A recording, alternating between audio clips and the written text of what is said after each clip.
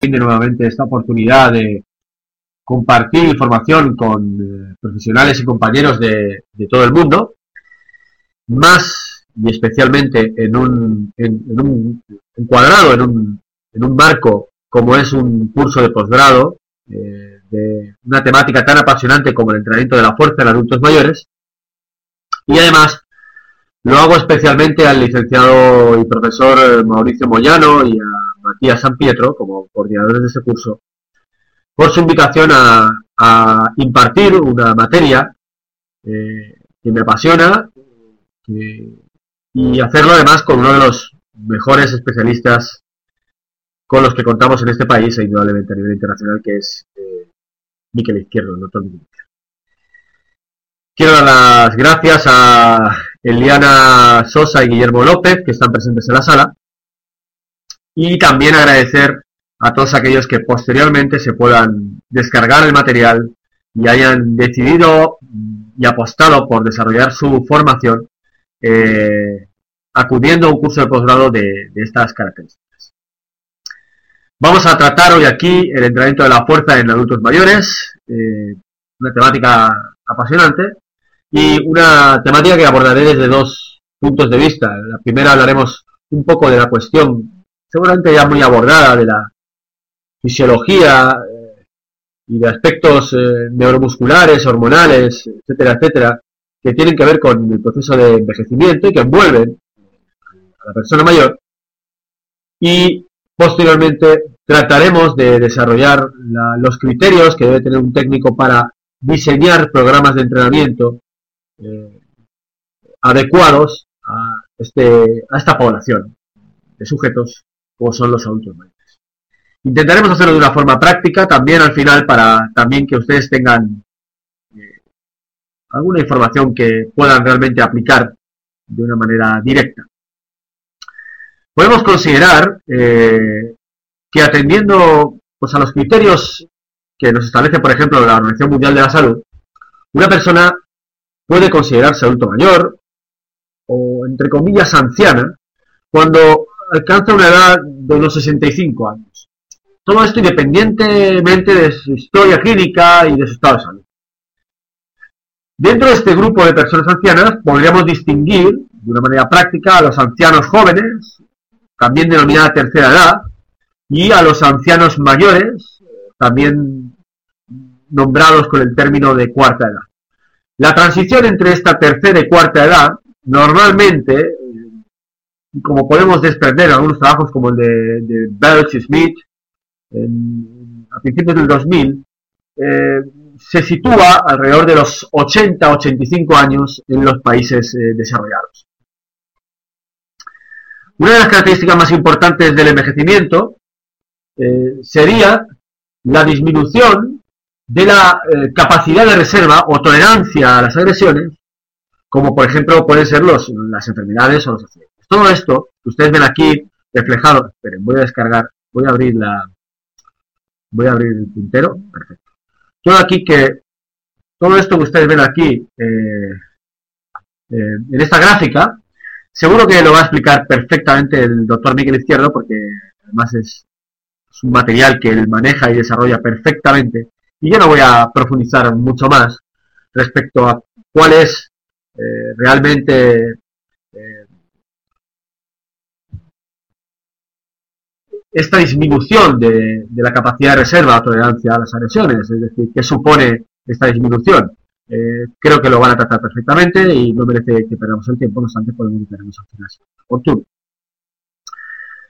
Sí quiero llamar la atención sobre que, contrariamente a la creencia que está más difundida, la más popular, el envejecimiento es un proceso benigno. También es cierto que cuanto más años se cumplen, más aumentan las posibilidades de padecer pues ciertos tipos de enfermedades. Yo me gustaría dejar constancia en esta pequeña introducción que ser anciano no debe ser ni es un momento signo de estar enfermo. Tengan ustedes en cuenta, por ejemplo, unos trabajos ya clásicos de mediados del 90, de Lee y Tanaka, donde se mostraba que las personas de 65 años llegan a poseer una esperanza de vida alrededor de 20 años. Por tanto, el reto sería lograr bonificar los años de vida con un adecuado bienestar, una vida saludable, mantener el máximo de autonomía, de funcionalidad y la posibilidad de autorrealización. Posiblemente, perdón, debido a este aumento de la esperanza de vida, la concurrencia de dos o más enfermedades crónicas, como ya veremos, la misma persona, pues es una característica bastante frecuente, sobre todo en ancianos. Esto, la literatura lo puede encontrar como pluripatología. Y es un factor a considerar. Veremos a continuación qué connotaciones tiene, porque no podemos muchas veces separar el proceso de envejecimiento con todo lo que ello conlleva, y también este es uno de los factores que se relacionan y que van a tener una influencia importante, como veremos. 4 de cada 5 personas ancianas tienen una enfermedad crónica, tienen alguna enfermedad crónica, del tipo cardiovascular, artrósica, metabólica, como la diabetes, incluso cáncer. La consecuencia de esta pluripatología afecta y modula la progresión de las enfermedades involucradas en la misma. Además, influyen y modifican la eficacia de los tratamientos, y esta es otra cuestión a considerar muy importante. Por tanto, podría aumentar el riesgo de iatrogenia. Todo esto va a tener importantes repercusiones, porque la afección, por ejemplo, de incremento en el riesgo de hospitalización prevenible, la prolongación de las estancias hospitalarias, el aumento del consumo de fármacos, que es una cuestión que trataremos por la interrelación que tiene también con el ejercicio físico, como es la polimedicación, no solo un solo fármaco, va a aumentar el riesgo y la severidad de la fragilidad y la dependencia, e incrementa indudablemente también el riesgo de mortalidad. Además, el diagnóstico se dificultaría por esta pluripatología, y los síntomas de una enfermedad pueden enmascarar a los de otra. Por ejemplo, les voy a poner un ejemplo bastante sencillo de entender. La limitación para realizar ejercicio físico por la artrosis puede dificultar el diagnóstico de una cardiopatía isquémica hasta que esta cardiopatía ya sea muy severa. Creo que este ejemplo nos hace visualizar bien, pues, una relación simple entre estas enfermedades y cómo se condicionan. Además, la concurrencia de enfermedades con la combinación de los sistemas respiratorio y cardiovascular es de particular importancia, porque, miren, debido a su efecto de sinergia negativa, esto debe ser tenido muy en consideración.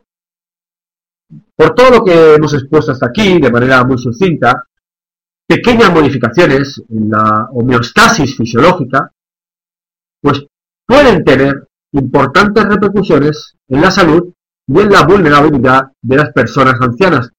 Y no es algo a obviar. Yo no quería aquí en este evento tratar únicamente el proceso de envejecimiento desde la fisiología, sino también desde todos estos factores que van a tener una relación importante que hay que considerar y que quizás son algo menos tratados. La pluripatología de la que les hablo, que además ha sido bastante recogida en la bibliografía, una tesis muy interesante de la doctora Bustamante, aquí en España, en la Universidad Europea de Madrid, parte de la cual utilizamos en este trabajo. La pluripatología va a conducir, sin lugar a dudas, a una peor calidad de vida. Esto es un hecho que estará estrechamente relacionado con un deterioro de la función física por enfermedades del sistema de movimiento o también denominadas enfermedades musculoesqueléticas, artritis, artrosis, dolor crónico de espalda, lumbalgias, algún problema crónico reumatológico, ortopédico, y en ocasiones también a una baja percepción de salud, una limitación en la capacidad para desarrollar actividad física y también a enfermedades, como no, de tipo psicológico. Por tanto, parece existir una clara asociación entre enfermedad crónica, dependencia funcional y discapacidad y fragilidad. En el trabajo de Fry, Cole y colaboradores, en el Women's Health and Aging Study, a finales del 90, se detectó que cada enfermedad parece asociarse a un perfil específico de discapacidad y que parejas específicas de enfermedades se asociarían pues, de manera sinérgica a algunas discapacidades. Las podrían aumentar, hacerlas aparecer o desaparecer. De esta manera, sujetos que poseen dos o más enfermedades crónicas presentan o pueden presentar dos o más limitaciones pues, para actividades de la vida diaria, ya sean actividades básicas, ya sean actividades instrumentales o actividades avanzadas de la vida. Les podríamos poner algún ejemplo de algunos estudios interesantes de cómo pues distintas enfermedades pueden incrementar dicho riesgo de discapacidad, tanto cuando aparecen aisladas como cuando coexisten. Por otra parte, los síndromes geriátricos son prevalentes en las personas ancianas, al igual que las enfermedades crónicas, y, sin lugar a dudas, se van a asociar a esto que todos, parece tenemos claro, asociamos per se al propio proceso de envejecimiento, como es el declive funcional. Una cuestión interesante que trataremos también es cómo entrenar funcionalmente a un sujeto anciano. Otra de las cuestiones interesantes, aparte de la pluripatología, es la polifarmacia. Como les decía, se podría definir esta polifarmacia como la prescripción de dos o más medicamentos de forma crónica. Todo ello incrementa distintos tipos de riesgo, pues como una mala administración, como efectos secundarios, etcétera, especialmente en personas mayores. Tengan ustedes en cuenta que a medida que la edad aumenta y sucede todo este tipo de contingencias, la medicación es más frecuente, pues sean fármacos o suplementos. Aproximadamente más del 40% de la población mayor de 65 años parece reconocer en distintos trabajos, como el de Hart y colaboradores, en el Musculoskeletal Care de 2007, trabajo muy interesante sobre este tema de la polifarmacia, y como les decía, pues aproximadamente más del 40% de los mayores de 65 años reconocen tomar 5 o más medicamentos en una semana. Toda persona anciana con polifarmacia está predispuesta a sufrir errores de medicación. Pero, pese a que lo puedan sufrir o no, debemos conocer qué tipo de interacciones existen en esta farmacoterapia con la fisiología del anciano y con la respuesta del mismo al ejercicio físico, por cuanto va a condicionar nuestra labor profesional. El número y el tipo de fármacos que se consumen para muchas de estas enfermedades crónicas, pues obviamente van a aumentar el riesgo de padecer efectos secundarios. E indudablemente van a influir negativamente en la calidad de vida. Por tanto, tenemos, pues con todos esos argumentos que tenemos en cuenta para la prescripción de ejercicios. Perfecto. Un momentito que me sitúo.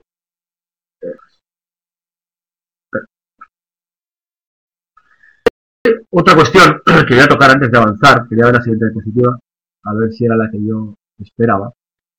Hay otra cuestión que quiero tratar, como es el tema de la funcionalidad. Por cuanto hemos hablado de que todo esto tiene que ver con la pérdida de funcionalidad del anciano, ¿no?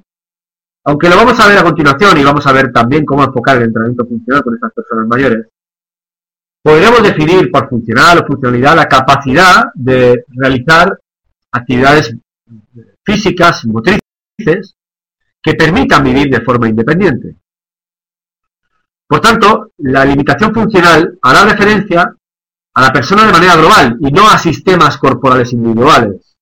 Por ejemplo, el sistema cardiorrespiratorio, etcétera, etcétera. Y todo esto hay que relacionarlo con el ambiente, y con el entorno, y con su vida diaria.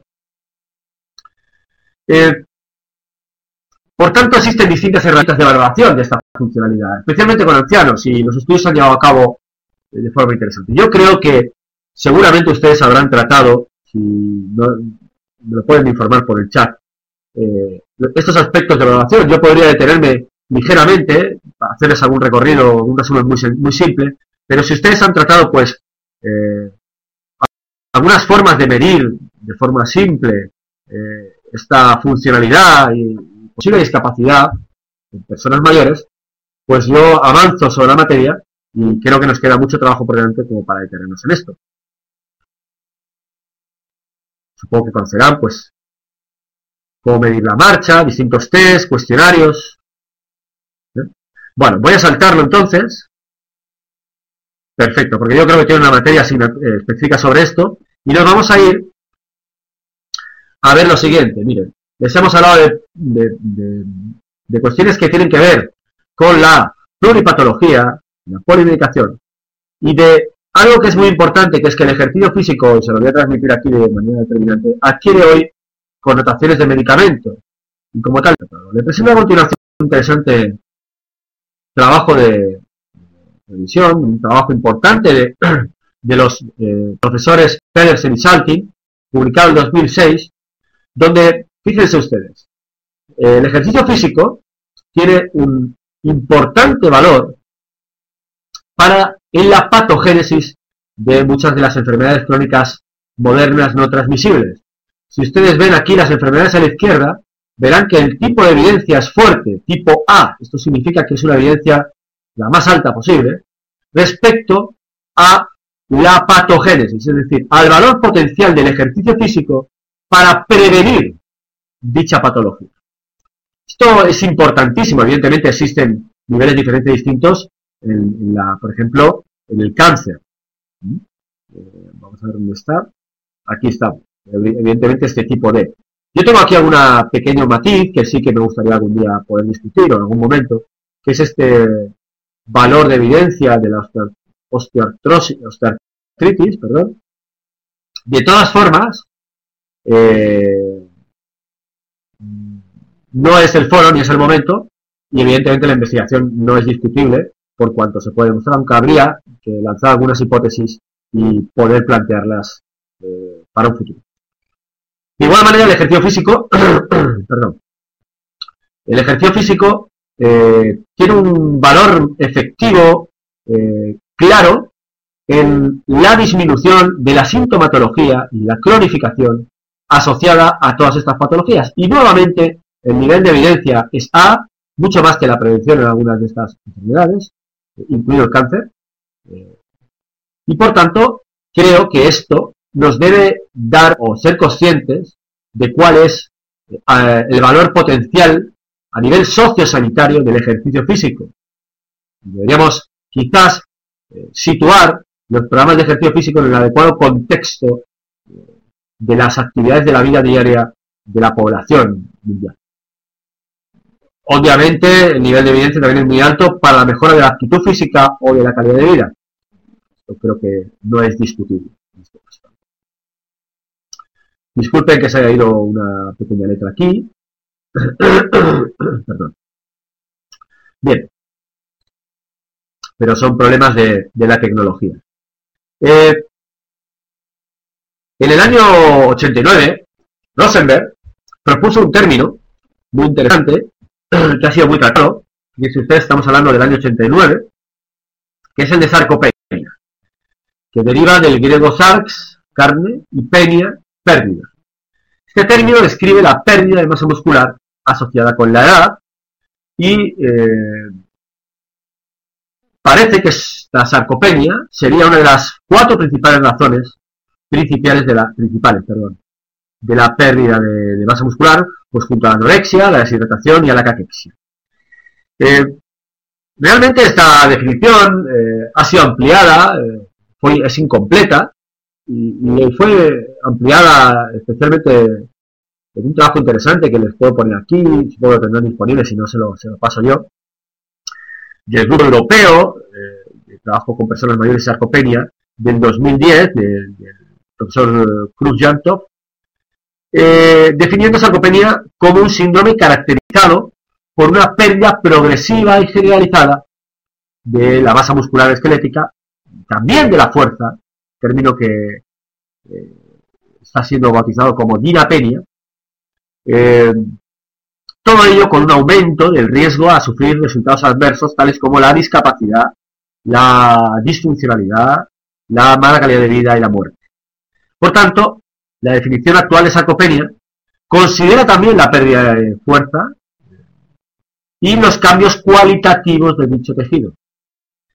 La dinapenia tiene quizás, como ustedes pueden encontrar en algunos trabajos de Goodpaster, tiene quizás incluso más importancia que la propia pérdida de masa muscular, por cuanto esa pérdida de fuerza no es exclusivamente dependiente de la pérdida de masa muscular, incluso le antecede.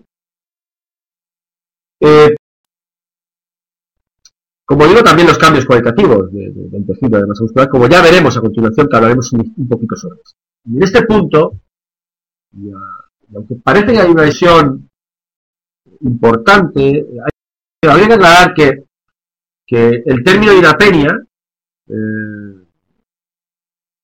incluye la pérdida funcional de la capacidad para generar fuerza en personas mayores, ya sea por motivos morfológicos o también neuronales, y todo ello va a redundar en la pérdida de rendimiento funcional de las actividades de la vida diaria. Porque hay que considerarlo. Y también habrá que considerar, más adelante, la cuestión de la potencia muscular. Todo ello tiene que ver con una serie de factores fisiopatológicos relacionados con esta pérdida de capacidad neuromuscular que vamos a intentar tratar a continuación. Por ejemplo, la denervación. Los mecanismos por los cuales acontece la disminución de masa muscular y fuerza estarán en gran parte también basados en una denervación y atrofia de fibras musculares. La denervación es determinante para mantener pues, la fuerza y la masa muscular. Sin embargo, con el envejecimiento se produce una pérdida de neuronas en varios lugares del sistema nervioso central. Por ejemplo, a nivel de corteza motora, a nivel de núcleo subcortical, cerebelo, hipocampo. También se ha encontrado cierta disminución de neuronas motoras en el cordón espinal y en el asta ventral de la médula espinal, en unos interesantes trabajos de Lexel y colaboradores y de Shen y colaboradores muy interesantes en Journal y en Sport Medicine, que recomiendo y que podría poner a su disposición. Algunos estudios electromiográficos tomados durante la contracción muscular indican que aparece una disminución de hasta aproximadamente un 25%. No lo es, José Antonio, no lo es, pero en la parte final, si le parece. No lo es por cuanto